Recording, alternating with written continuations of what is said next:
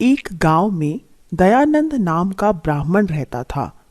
एक बार वह हवन आदि कराने के लिए एक गांव में किसी आदमी के घर गया। उस आदमी ने हवन पूरा हो जाने के बाद ब्राह्मण को एक बकरी दी और बोला, पंडित जी, मैं आपको दक्षिणा में ये बकरी देता हूँ। ये आपके बहुत काम आएगी। इसका दूध बहुत अच्छा होता है, आपको स्वस्थ रखने में भी मदद करेगा। और हाँ, संभल कर जाना। जिस रास्ते से आप जाओगे उस रास्ते पर ठग और लुटेरे बहुत हैं, जरा संभल कर जाना। ब्राह्मण बकरी को लेकर अपने घर की ओर निकल जाता है। ब्राह्मण बकरी को लेकर चला जा रहा था। मार्ग में 3 ठगों ने उसे बकरी के साथ देखा तो बकरी हथियाने की योजना बनाने लगे। योजना अनुसार तीनों ठग ब्राह्मण के मार्ग पर थोड़ी थोड़ी दूर में खड़े हो गए। जब ब्राह्मण पहले ठग के पास से गुजरा तो वह ठग बोला, मैं अपनी पूरी जिंदगी में पहली बार एक ब्राह्मण को कुत्ता ले जाता देख रहा हूँ। सत्यानाश!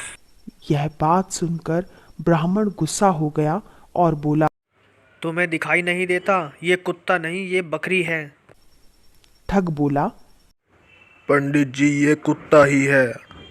अगर आपको मेरी बात पर यकीन नहीं है तो आप आगे तो जा ही रहे हो, रास्ते में आपको जो भी मिले उससे पूछ लेना।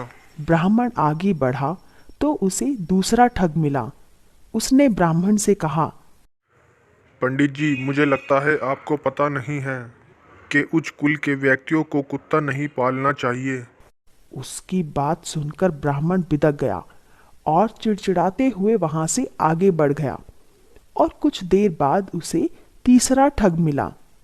उसने भी ब्राह्मण से वही प्रश्न पूछा।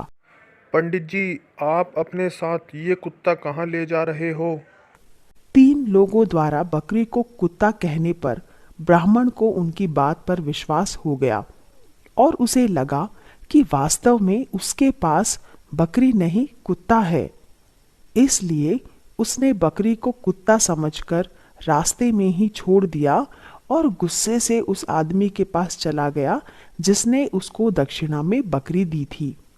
इधर तीनों ठगों ने बकरी को अच्छे दामों में बाजार में बेच दिया और फिर दूसरी ठगी के लिए निकल गए। इधर जब पंडित जी उस आदमी के पास पहुंचे तो बोले, तुमने मुझसे झूठ बोलकर अच्छा नहीं किया। बकरी बोलकर मुझे एक कुत्ता दे दिया। मैं तुम्हें कभी माफ़ नहीं करूँगा। यह सुनकर वो आदमी बोला, नहीं पंडित जी, मैं आपका अपमान कैसे कर सकता हूँ? मैंने तो आपको बकरी ही दी थी, मैं कसम खाता हूँ। परंतु आपको यह किसने बोला कि वह एक बकरी नहीं कुत्ता है? फिर पंडित जी ने उसे सब कुछ बताया कि उसके साथ क्या हुआ जब वह घर जा रहा था। ये सब सुनकर वह आदमी बोला, पंडित जी, मैंने आपसे पहले ही बोला था कि संभल कर जाना। यहाँ ठग और लुटेरे लोगों को ठगने के लिए ही घूमते रहते हैं। पंडित जी अब समझ गए थे। वे वहां से निकल जाते हैं। दूसरे दिन पंडित जी एक पीतल की छड़ी लेकर सुनार के पास जाते हैं और पीतल की छड़ी पर सोने का पानी चढ़वा देते हैं और सुनार को सब कुछ समझा देते हैं। फिर वह चले जाते हैं और रास्ते में फिर से उन ठग से मिलते हैं। ठग उनके हाथ में उस पीतल की छड़ी को देखकर कहते हैं, पंडित जी, ये आपके हाथ में सोने की छड़ी है क्या? ये तो बहुत चमक रही है। पंडित जी कहते हैं, हाँ भैया, ये सोने की छड़ी ही है। तीनों ठग उस छड़ी को सोने की छड़ी समझकर पंडित से 1000 रुपए में खरीद लेते हैं। और जब वे तीनों सुनार के पास जाते हैं तो सुनार उस छड़ी को पहचान जाता है और चुपचाप पुलिस को बुलाकर उन ठगों को पकड़वा देता है।